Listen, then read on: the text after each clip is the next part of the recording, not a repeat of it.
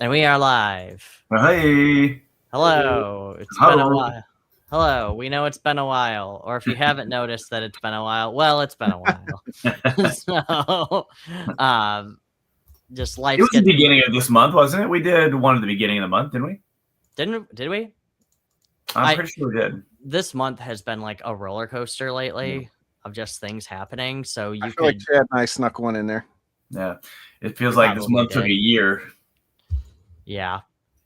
I feel like every day is becoming something new and different with anything that's happening, I guess. Yeah. So, but we're still breathing. Right? We're still moving forward. We're still chugging away. Yep. We're doing Comics, unfortunately, we are living and breathing it, and it's been the most interesting thing in the entire world lately. Yeah. So, yeah. I heard somebody say, I posted a meme, I woke up today, I'm going to make it everyone else's problem. Yep. Welcome to my life. So how have you guys been? Not too bad. I'm totaling up some numbers to talk numbers with you guys. Nice. We're talking numbers? We're talking the realities.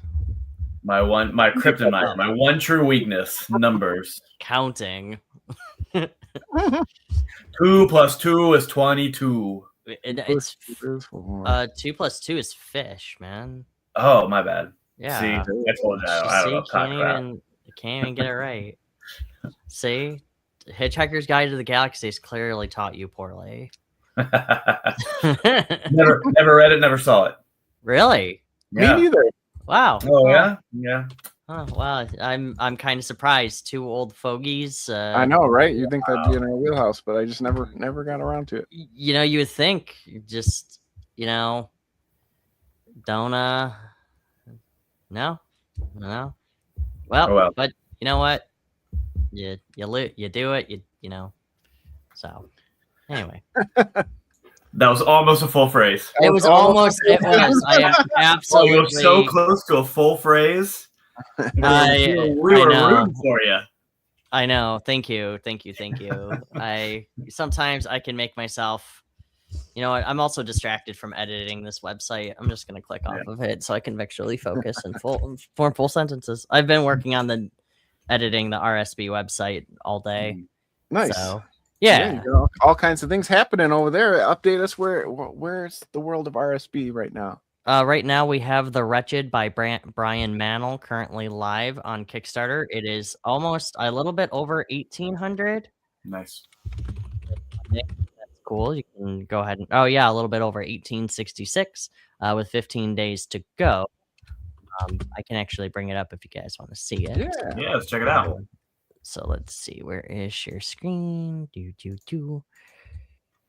A sci-fi horror drama. Yep. It's about a bunch of amalgamations who are going around and killing people and taking them back to get experimented on to be turned into more other amalgamations. Nice. I tease Brian that it's like the Frankenstein apocalypse. Mm-hmm. And he doesn't like that, but it's true, Brian. It's true. It's exactly what it is.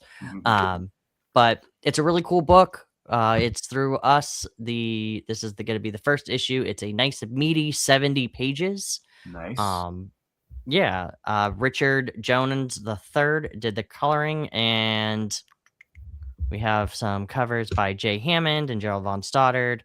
And Adams Fields is the main cover. Who is the one who did the regular art?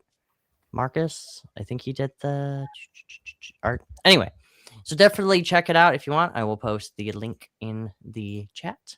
Oh, that's great. Okay, thank you.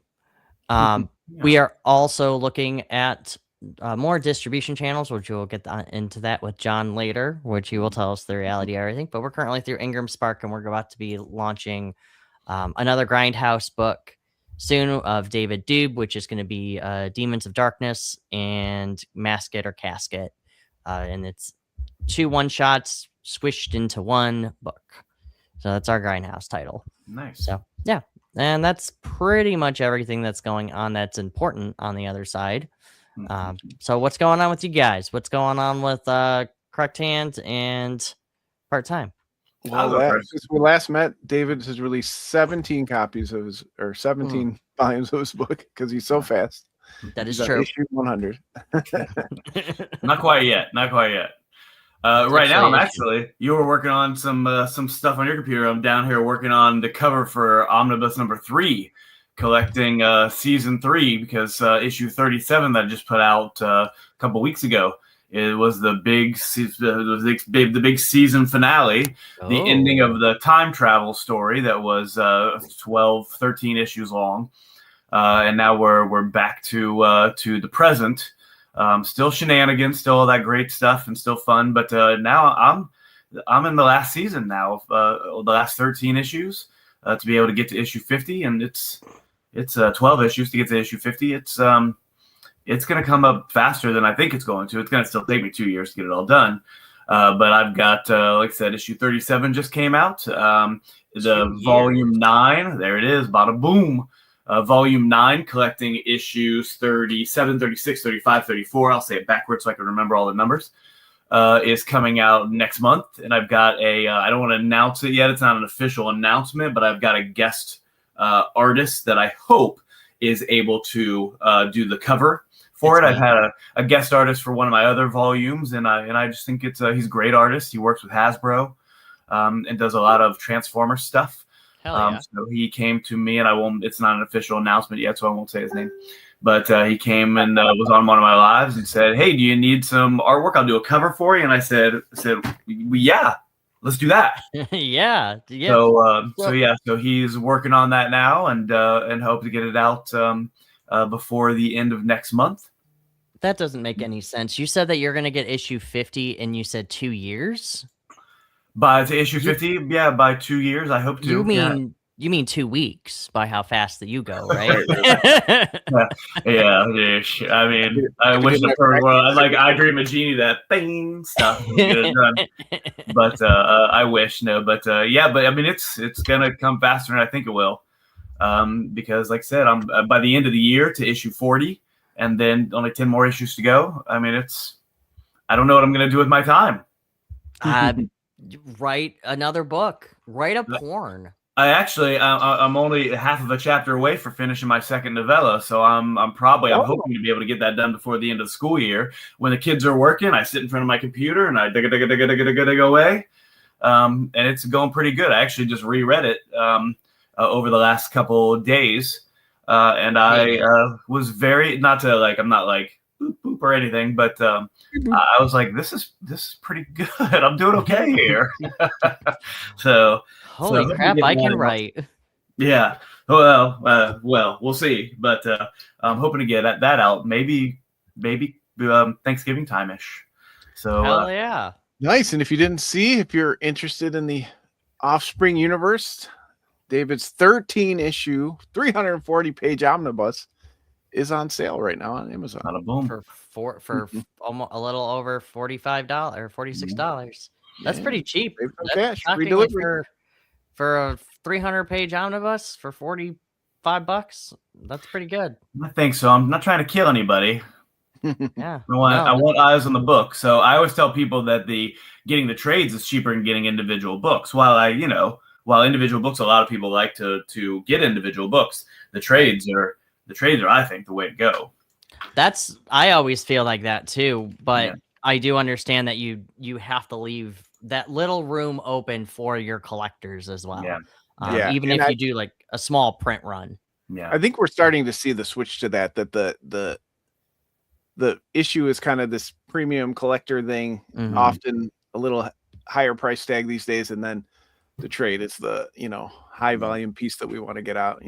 Right. It's gotten to the point that at cons, I don't really even put out individual issues of the Offspring. I have my individual issues of my one shots.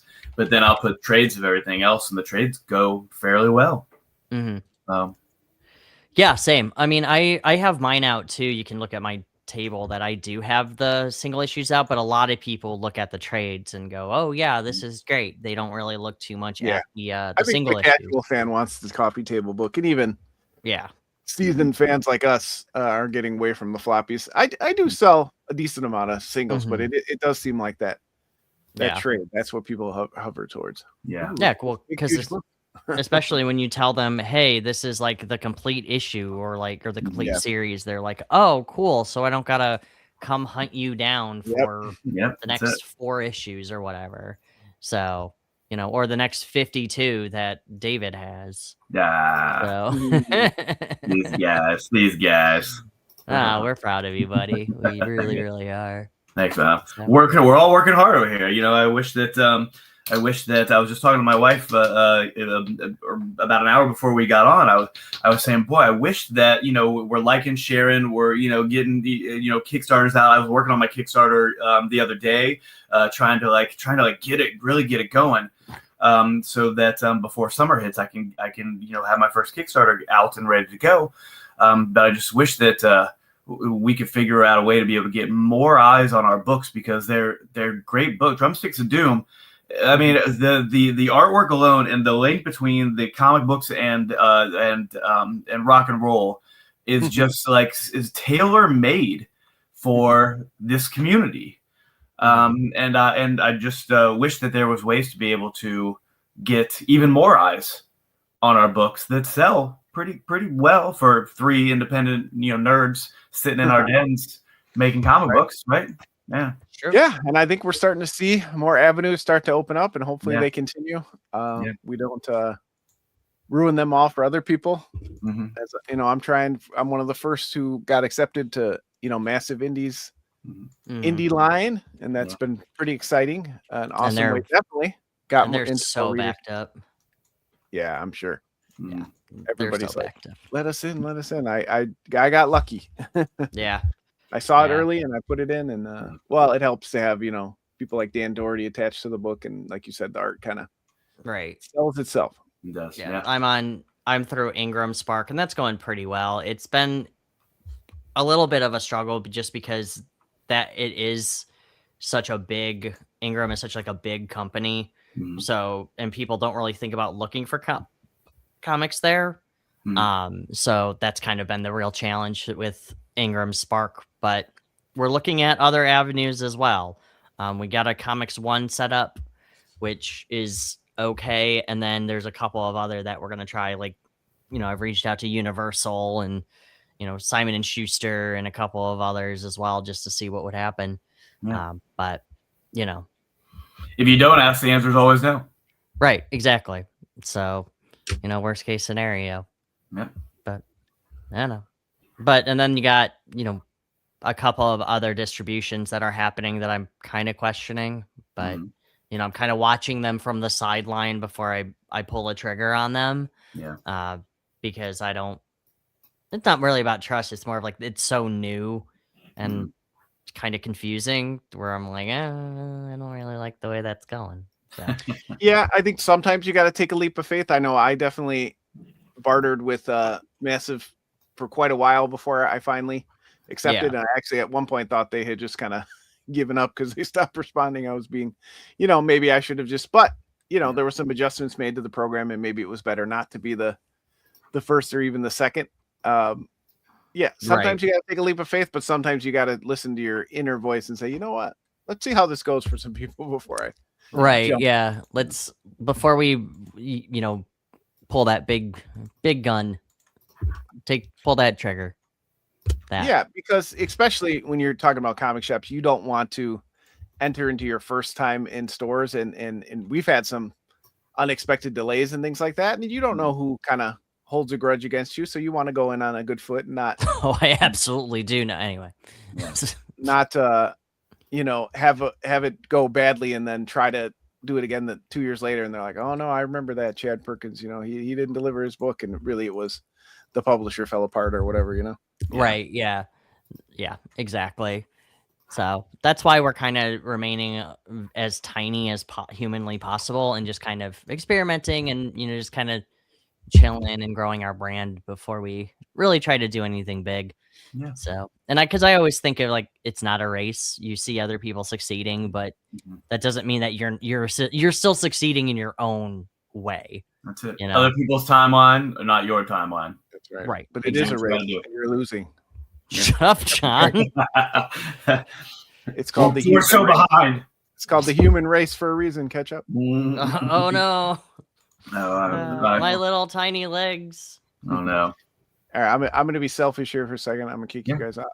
Okay. Since we last met, but 3 weeks ago, I have gotten 3 books in the mail. Porn. The next issue for Ooh. Massive Look at Indie. that. Holy Issue smokes. 3. Issue 3 is in my hands. We had a little bit of a shipping delay with this one as well. So unfortunately, we're a few weeks behind, but we should be back on track with the next mini series now that we've kind of gotten the experience of working with large printers and getting to retail stores and things. So that's the issue 3 variant. Well, look at that cover. That's awesome.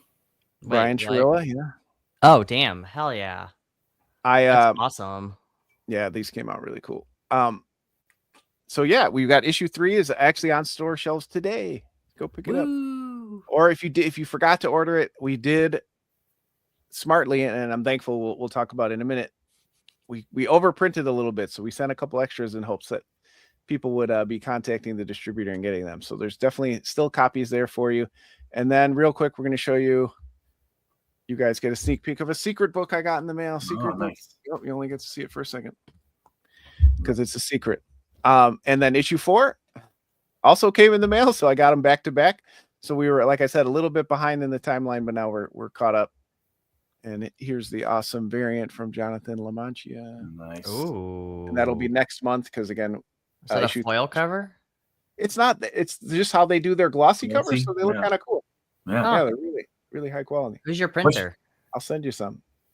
The same one that I sent you to that you. Oh, okay. I don't despise them. I just wasn't happy with what they did. And then secret book, you only get to see it for a second. Nice. You guys are special, so you get the secret book. What's your page count for each issue, John? It varies. Unfortunately, I made the the independent choice to I'm going to make this book any length I want, and then one's 32 and one's 24 and one's 28, and you don't realize when you do get to distribution wise how much that messes with your costs and your shipping. Yeah, like, those why didn't I page just make counts everything matter. the same? They do.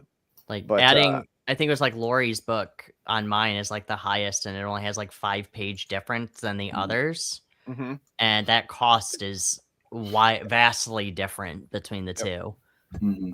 It can jump up on you quick, and then again, shipping weights and everything, all that goes up. So you're shipping heavier books, but the future issues we're staying at a nice even 20 pages each for future issues of it. But it was cool to start the series with the giant size issue. I think that was cool.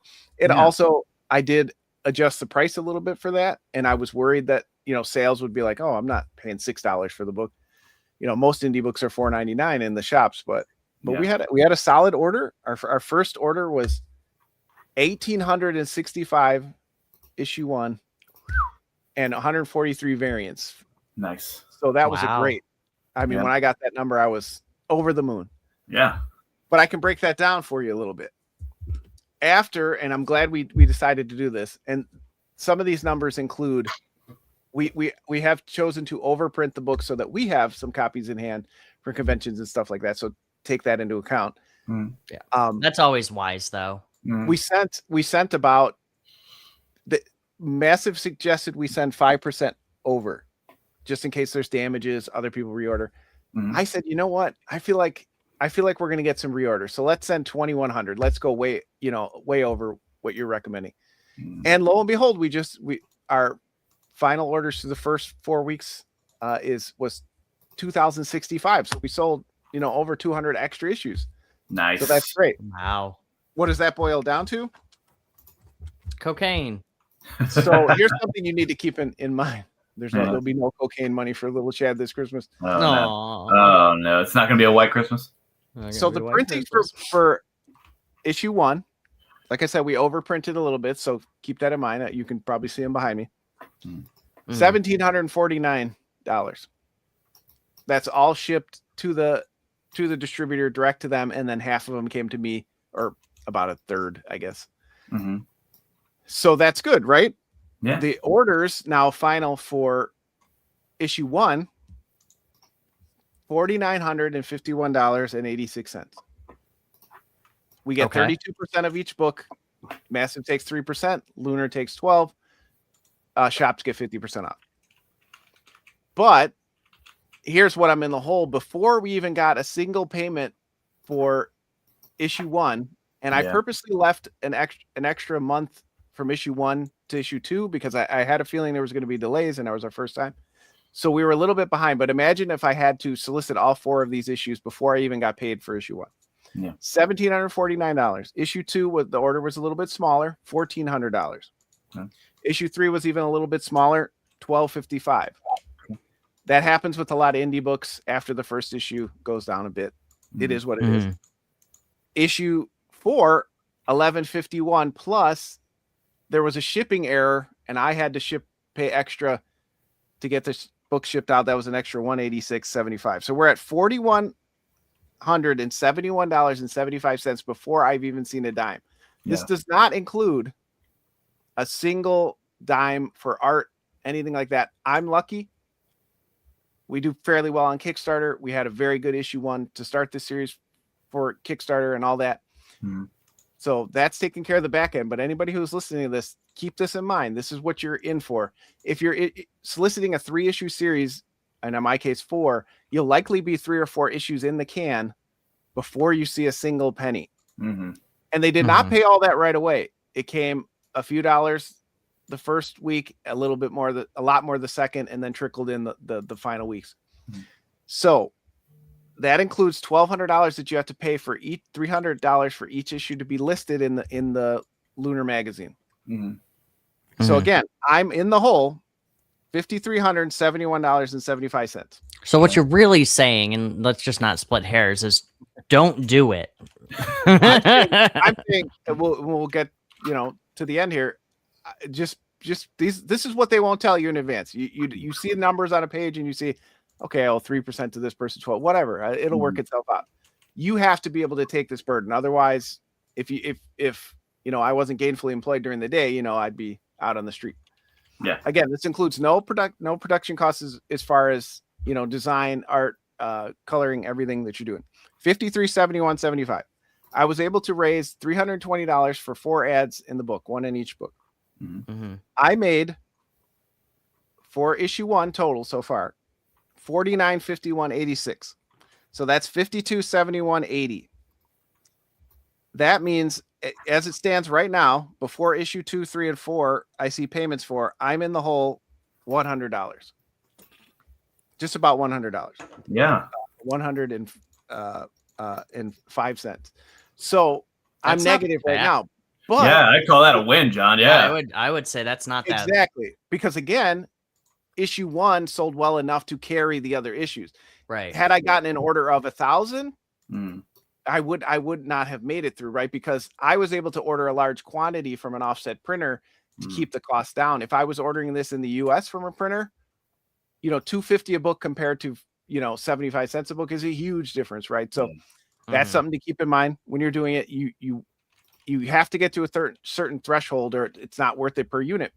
Because for a $6.99, a $5.99 book, which issue 1 was, because it was oversized, I got $1.99 per book, $2 per book. Or the subsequent issues, I'll get $1.59 per book, because again, it's $1 less. So the margins are so thin. Now, again, I mentioned I made a mistake in shipping, so I've cost myself some money already. The more mistakes you make, printer errors, we had damage to books that I'm fighting with the printer about. I'm not fighting. We're in the process of negotiating how we can get that reimbursed. Sure. That can happen. You're shipping it. I was shipping it from far away, so I took a risk with that. Also had delays, which, hurts your relationship with the printer and the publisher. But again, for me, I also overprinted the books. So where I'll actually make money, where issue 2, 3, and 4 will lose money, I've made enough from issue 1 to carry through to the trade. So now I'm in the point where the trade is solicited, and I'll be gladly report back if anybody's interested on that. I feel like that will be a bigger leap because that's a higher dollar product, all the other stuff. But again, if I was also using this to account for art payment or any kind of payment for myself, this would not make any money. We've had other peers in the community. I'm sure Adriano from Pesto Comics. Yeah. He's very open about his experience too with, Prana Publishing, and he had a much bigger first order. So I really feel like if you don't have the time to solicit, market, or have the front end payment of Kickstarter, I feel like for most indie publishers who are like, kind of waiting to hear about Massive and how it's working, it's probably not going to be worth it for you, because if you can't get to a threshold of about 3,000 books sold, you're kind of limping to the trade. Now, if I was smarter and did like 3 issues and then a trade, I think that might have helped, right? So something to think about for the future of your books. If you're thinking about going this route and getting into retail stores, where is the other money source coming from? How are you paying your artists? And then plan your book accordingly, right? Like if I had known this 4 years ago when I started the book, maybe I make some decisions about, like we were joking about, the length of the book, all that kind of stuff would have been different. And this path might have set me up better for more financial success. I'm still very happy. This is not a complaint session. Right. This is just honest numbers with what, again, I was fortunate enough to be one of the first. And this has been my experience in the first 6 months of now issue 4 will be in the stores next month. So I think this is great. This is something that most people don't get to hear, just like these solid breakdown of numbers of the cost and the, getting yourself hopefully back into the black. So that's amazing. Well, go on. Well, I was just going to ask, do you think that it would have been, because we were just talking about trade selling a little bit better than individual issues. Do you think that waiting and just putting out of the trade would have been more advantageous to you because it's just a one and done thing? But in my brain, I'm thinking like you're not getting as much like eyeballs on covers and eyeballs on promos and eyeballs on things like that are happening, that are staggered throughout the whatever 3, 4, and 5 months, whatever it is. And just like one thing plopped down that's kind of easy to overlook if it's just one thing plopped down. I do feel like you want to have some sort of issue presence. I mean, that's kind of our universe of comics, right? A lot of people buying floppies, they go to the shops.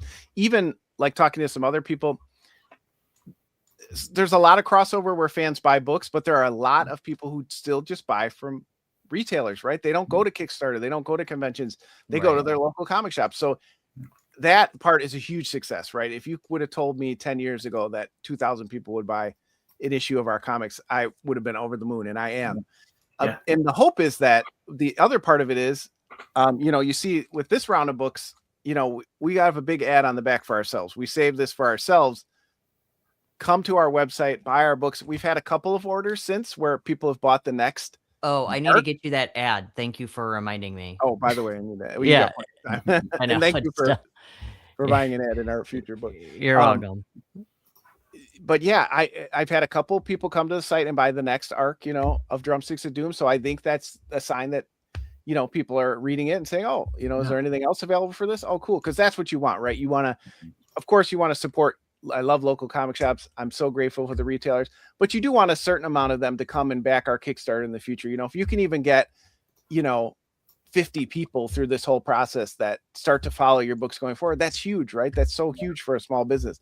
If you get just a couple loyal fans, and that's my hope, right? With doing the singles, you give those people an opportunity to get it, then you get the trade out, and this summer will be huge, right? It's going to be out in July will be our first trade, and that's when I'm just anxiously waiting to hear the orders on. And I'll also say to people, I just don't have the bandwidth with what I have to do with being a sole proprietor of a company, family, day job.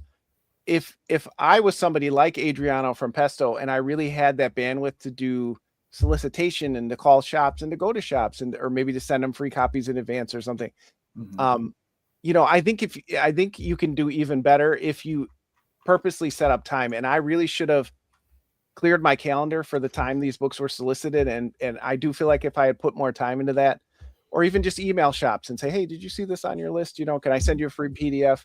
And I just did not have time to do that. It was all social media marketing. I have an email list. I have a specific like podcast and reviewer list that I send out to. Yeah. And that was really all I could do. It was just with producing other books and again, family and everything. So I do feel like if you want to be successful, I think there's ways that people can be, even more successful than I was. If you're intentional and purposeful and you kind of focus on using that solicitation window to get more shops to even look at your book. But again, maybe a success because I really did minimal marketing. Still, the strength of the product kind of just spoke, to all these retailers because they got no direct contact from me. And we've always said, all three of us have always said that social media and that like trying to plug is in and of itself a full-time job.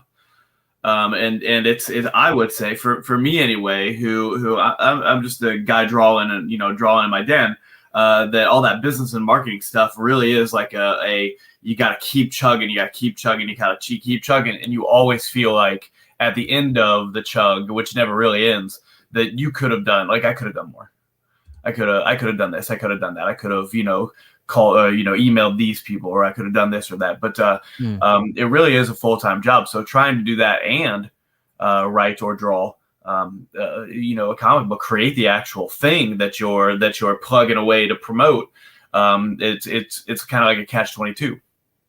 I do. And the other thing about Massive is they've been very easy to work with, but they also, I think I've said before when I've hinted at this, they suffer no fools. They expect you to have some knowledge of the field. Thankfully, I have tons of peers that have helped me immensely. They expect you to know about, shipping information and retail printing and all those things. They give you a couple PDFs. I never had a phone conversation. I never really had an in-depth conversation. They really expect you to have some knowledge of this process. So talk with somebody first. Don't sign that contract and say, I'll figure it out on the fly. I had to learn how to make a UPC code. Even in all these years, I've made, a UPC code for trades, but I never had one that was like a retailer has to scan with the price and everything. Mm-hmm. Thankfully, this community is great. There's people who will help you with that. Don't be afraid to ask for help. Mm-hmm. And the other thing is Massive. Getting in the catalog is huge, right? The retailers are going to be the ones to buy your book. Of course, fans might go in and say, hey, can you pull this in my list? But you just want it in front of the retailer's eyes, right?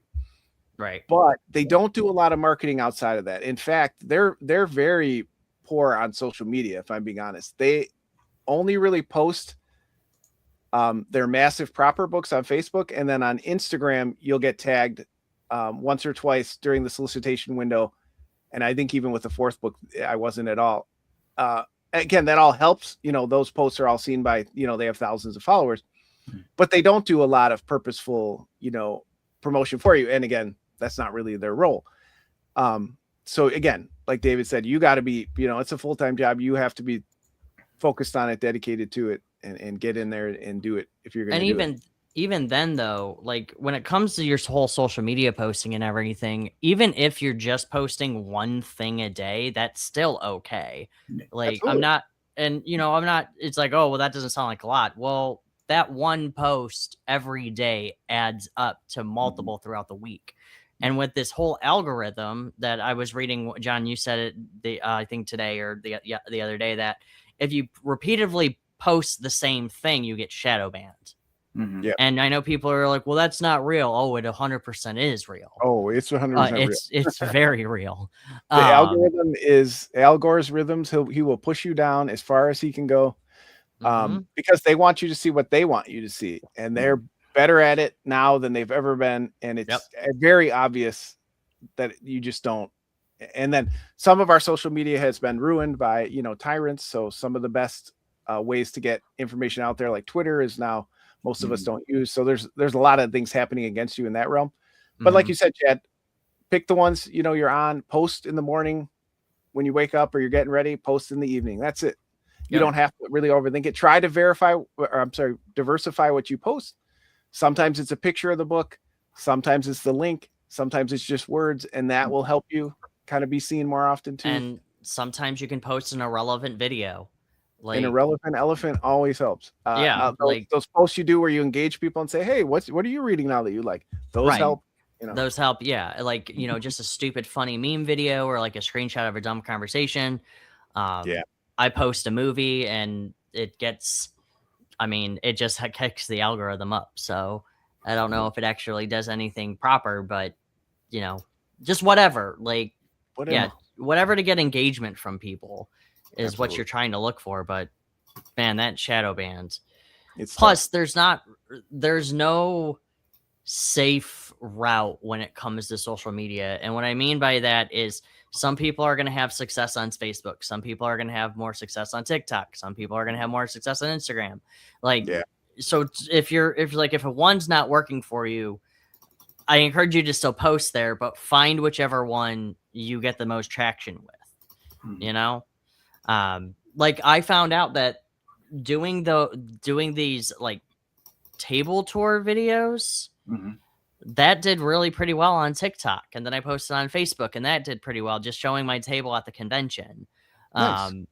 So that's definitely obvious on all platforms. People love video content right now, and short form video content. They want to see your face talking, like you said, show your table and then move on, because attention spans are short and all that. So try and give your pitch real quick. But there's definitely ways you can work on it. But really, it's all designed to extract money from you to get views. So you just have to kind of know that going in and say, I'm going to do the best I can. And that's how I felt about this. I wasn't going to, stay up till 3 a.m. every night, posting. And I said, you know what, this is the bandwidth I have during this time. I'm going to see how it works out. And I was fortunate. It's worked out well for us. And again, hopefully, fingers crossed, the trade will do well. And then we can get Arc 2 into shops later this year. Yeah.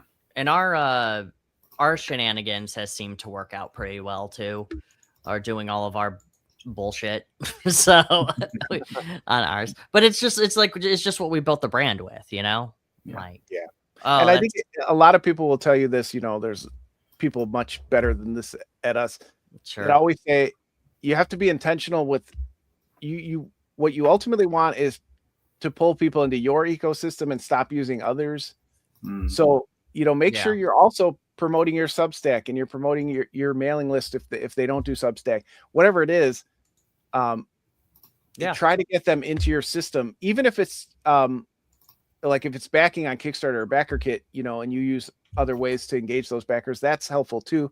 But you want some direct way to contact and get your own list going, because otherwise then you're just constantly begging the algorithm to be nice to you and tell your people. Even email is like that now though too. It's like things get sent to spam, or if they're they're not sponsored by Gmail, then they're low priority to see. It's like, man, we just cannot get the word out. Yep. Yeah, and we've said this a million times. You're almost, as much as you're promoting your story, your artwork, or whatever it is, you're really promoting yourself. Like you're the face of your brand, and if you are if you're the nicest guy in the world, that will, usually, if people like what you're doing and like what you're talking about, will help. And if you are insufferable, that will not help. So, it's part of, not maybe any names or anything. But I will. I'm insufferable, so I totally agree. I will also say though that there are those people who are very successful that are also very insufferable. So don't think that always works. Where do you think it's because they had a lot of money to throw at it, or what? That's a political conversation right there, David. But that will definitely, if your role is to get more views, being insufferable will actually, It could. Absolutely care. Hate and fear mongering, you can absolutely do. Now, does it have any integrity or anything? No, but you can do it. My only Substack post that's ever gotten, so many views and like 50 likes was, me whining about conventions. People want the negative, even much as they say they don't. Yeah. But part of that again is the algorithm does feed us that. So, it's not all our fault, but when we're seeing it all the time. But yeah. TikTok feeds me drama all the time, and I'm like, oh my god. They've been pushing it, and I'm stupid enough for listening to this, but it's kind of those Reddit, like the computer, the AI reads you the stories of my mom went to the thing and then yelled at me for having the thing, and here's the story of that kind of thing. Yep. And you get trapped into it, don't you? You're like, oh, I need to hear this story. Wait a minute, it's AI voice, and then I shut and it's the dumbest. It's the dumbest fucking story ever. Like something that would never happen to a real. I'm not saying it could never happen to a real person, but usually you're like, wait, what now? It's like what was that? The old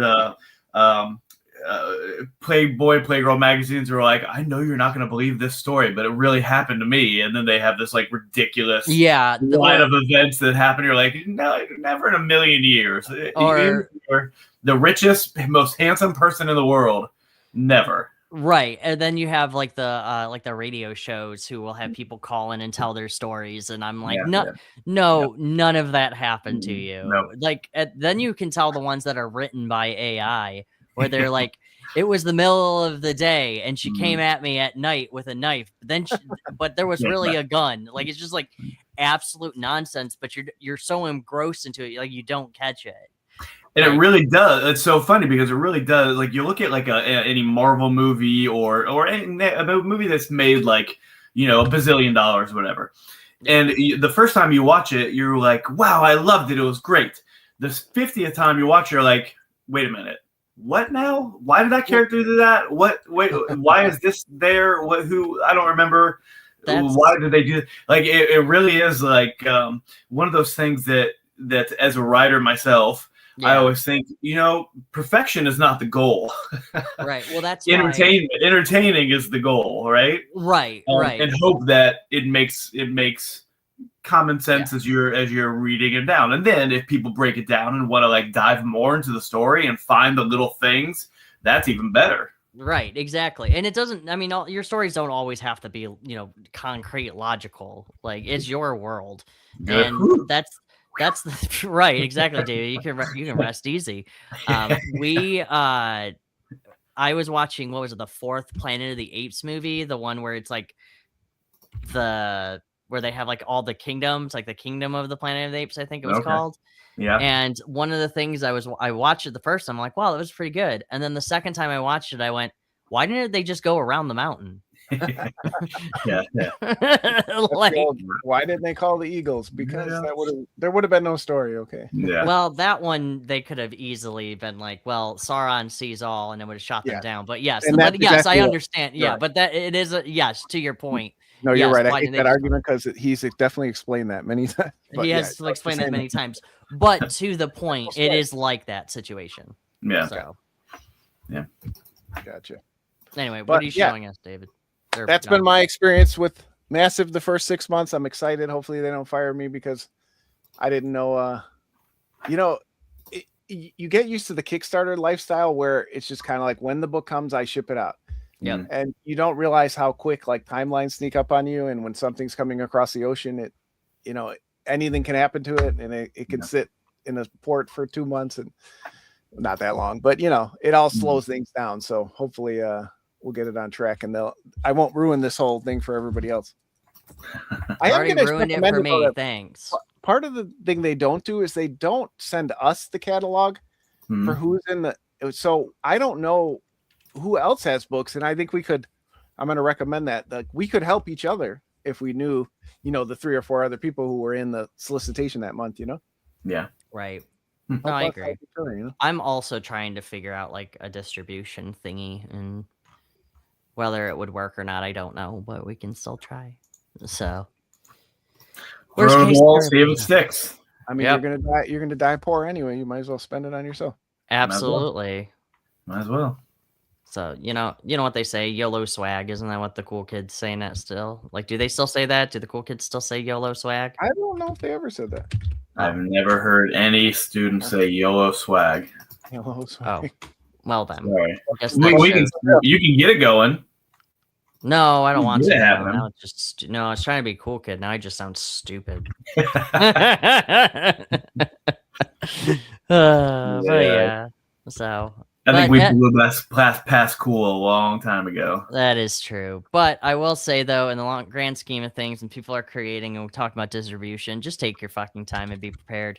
Yeah. Like, it's not a race. It's not a competition. There are people who I watch make it a competition. Chad, we've been over this. It is a competition. You're losing, and you don't want to admit it. You know what, John? You're the worst. You're the best. Right. It keeps me happy and sane, knowing. None of those things are true. That's true. I am insane, and I am not happy. Happy nor sane. Nor sane. But seriously, folks. Yes, you're right. it's some No, you ruined my encouragement. Never mind. Some healthy pressure is good, right? You want to be Yeah. motivated. You don't just want to sit on your laurels forever. Mhm. But why put unnecessary pressure on yourself? Try to put out your best product and do it your own way, and then see what happens. Right. Exactly. That's it. We backdoored into the distribution thing. Like, I tried to solicit this book to dozens of publishers before issue 1, and it didn't happen. And we kind of backdoored into it almost at the end of the series. So if it's going to happen, it'll happen. If it doesn't, find your way another way. Yeah. Right. But I do think that we put a lot of pressure, and it is, this is going to sound like me, being ungrateful, but I am very grateful to be distributed now and to be able to check that off my list or whatever. But the book would still exist without that. We put so much on. If I could just get into stores, because we think we're just going to have this book that all of a sudden, it's like Chew was, 10 years ago, when out of nowhere it sold like 20,000 copies for the first issue, and those things are few and far between. Now, I'm not saying you shouldn't shoot for that, but when you put so much into I got to get with the publisher, you just hear it all the time. You're spending your efforts when, again, you could be publishing your own books and then let them come to you later and say, oh, I see now that he's got all this under his belt. Maybe he does have something there, And along with that too, I mean, if you do want the publisher, I mean, I've told John this, I've told David this, and I've told everybody who signed on with us, you don't fucking need me. Like, John knows that, David knows that. Like, you don't need a publisher to do it. If you want one, be realistic with it.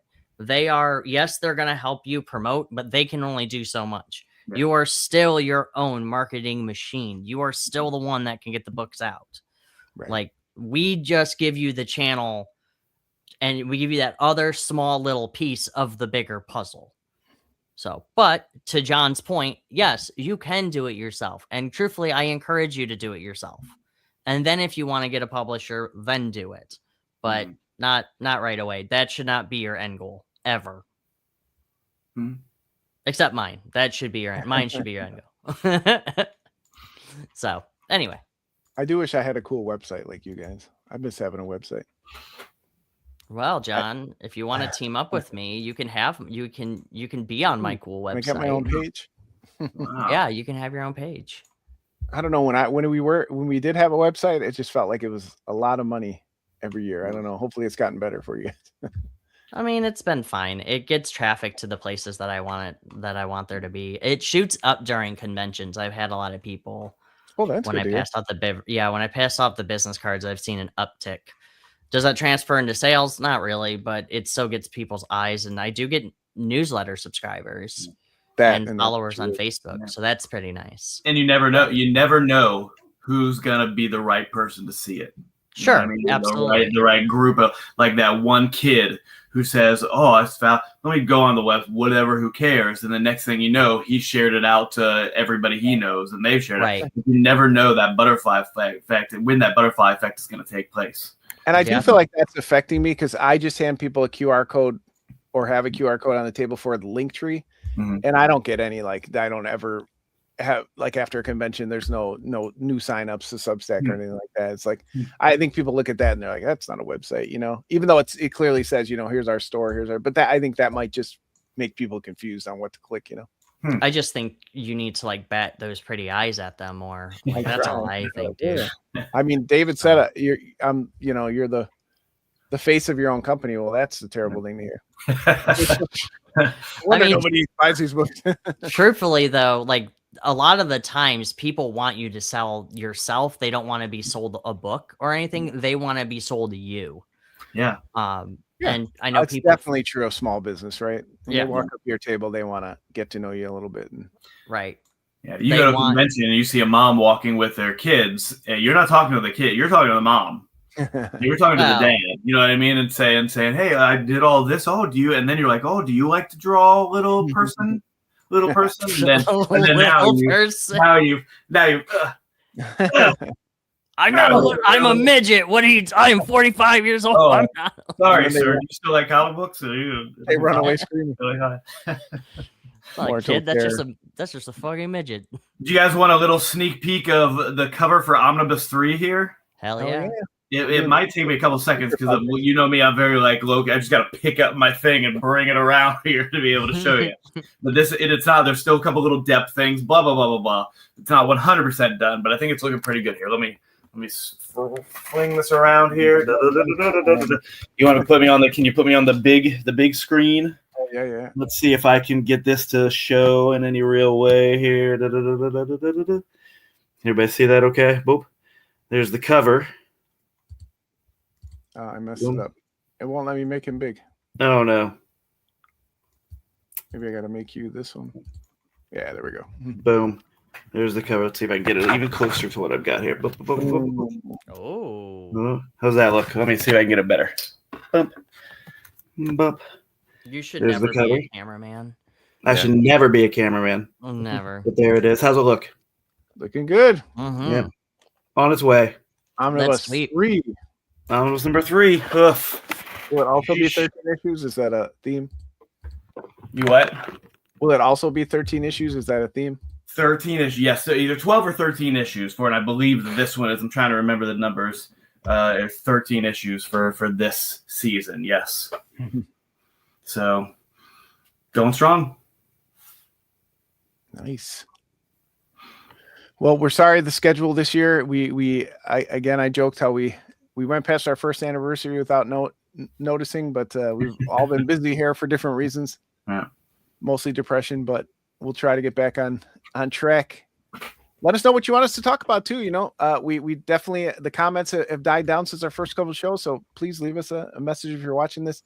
What do you want us to talk about? Do you want to hear more sad sack stories about conventions? Do you want to hear about poorly financing distribution channels? What do you want to hear about? We want to know. Or do you want us to get back to our Shirt Tales fan comic? We can always get back to that. I am always down to continue. I still have. I think about it at least once a month. I'm like, we should keep doing that. We should keep going on that. I am totally down. My life's forget. We gave up on that. Yeah. You know what we need to do? In the 70s when Scooby-Doo came out, not to continue talking about comic book or cartoons, but of course we'll continue talking about cartoons. There was that rash of like copycats, like Josie and the Pussycats, no pun intended. Jabberjaw. What was the one with the ghost? What was that one with the ghost? I really loved it, but it got canceled after like 13 episodes. And then there was the one with the car, Dune Buggy. Dune Buggy. Loved it. Yeah, dude, I love those shows. I would love to be able to do like a retro type, like pick like a weird thing and have it be teenagers solving a mystery, and like we could do like a stupid thing where like they all end up like joining a cult or something, or they end up, you know what I mean, being hung by the rafters or something, like take it a completely different direction instead of just, oh, it's Mr. Woodley, the farmer from down the street, but like pick a completely ridiculous, like with using that model, I use a completely ridiculous thing to be able to make like a fun parody or homage to that genre of cartoon. So I was thinking, I recently started, and forgive me, the Burbs TV show, and I've never seen them. What? I heard good things. Yeah, I like it. But I've never seen the movie, so I have nothing to compare it to. I adore the freaking movie. It's so good. That's why I don't want to watch it. Oh, well, it's not, it's nothing, like, it's not even related. It's like a retelling. So that's what I figured. Yeah. But I can see that now where it's like this gang is super paranoid about like this one guy who's like Old Man Jenkins. And they're like, that's like exactly what the movie is too. Like he's there.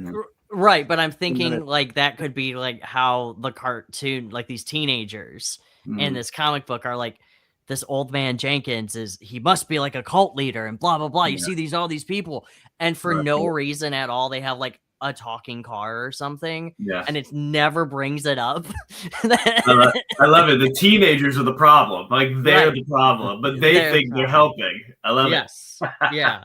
Like it's kind of like that. And because when I was watching The Burbs, I was like, oh, this is a really good premise of this woman, like, becoming super paranoid about the neighbor across the street. Yeah. Like, oh, this is great. And the Fred character could be like a super jerk bully. like the worst kind of bully you find in school, and then there's like a Velma character who has the glasses and thinks she's smart, but she's not smart. She's ridiculously dumb. Or like the Daphne character, who this girl who thinks she's like this influencer, and she's just walking around with her phone, like, "Hi everybody, here we're solving mysteries," and she's not doing anything.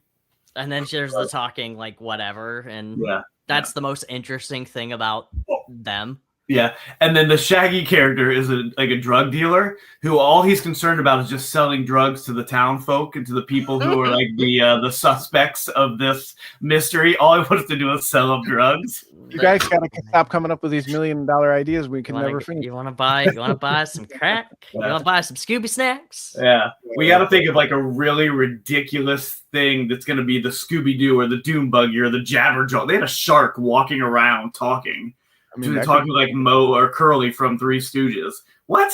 It doesn't make any sense. I don't know if we can come up with anything better than or ridiculous than that, but an anthropomorphic manatee called humanity.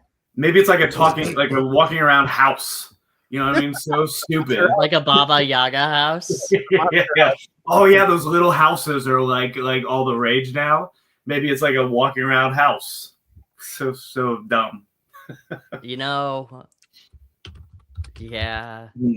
There's got to be something that we could make it such a ridiculous thing. You're free to come on next time. Actually, Bear. Do we know that person? No, maybe. I don't know. Send us a message. We'll get you on. Yeah, we'll get you on. I know Dean or Ray wants to come back on again. Who was it? I didn't see it. Did you put up a comment? I didn't see who it was. I might know them. Oh. No, I'm sorry. Hey, there's opening. Turns out they're just a serial killer.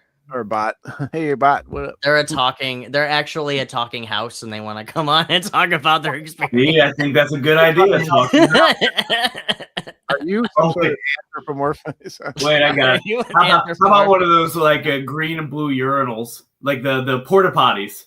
It's a that's no.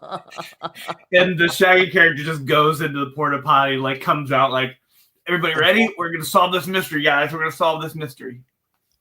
We're gonna solve it. Can I take it too far? I don't know. I think we can solve this mystery, guys. With a mystery.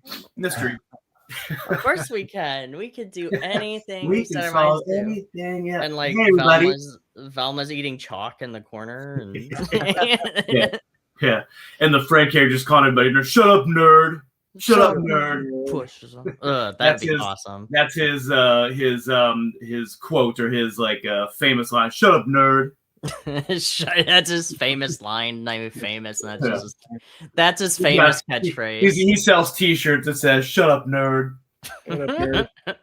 Speaking of nerds, shut up, all you nerds out there. No, don't shut up. Leave us comments in the chat. Let us know if you're watching this afterwards. We've tried the multi-stream a few times. We are willing to take the leap again and figure it out if you demand it out there. So please let us know. Otherwise, we'll try maybe a Substack one in the future. See where we can find our audience. As we wrap up here, any final words about teenagers doing drugs and talking to Porta John? Yeah, if anybody thinks of a cool thing that could be our Scooby Doo, yeah, put it in the chat. Let us steal it from you. If you have any drugs, contact me. I mean, I'm good. Have a good one, everybody.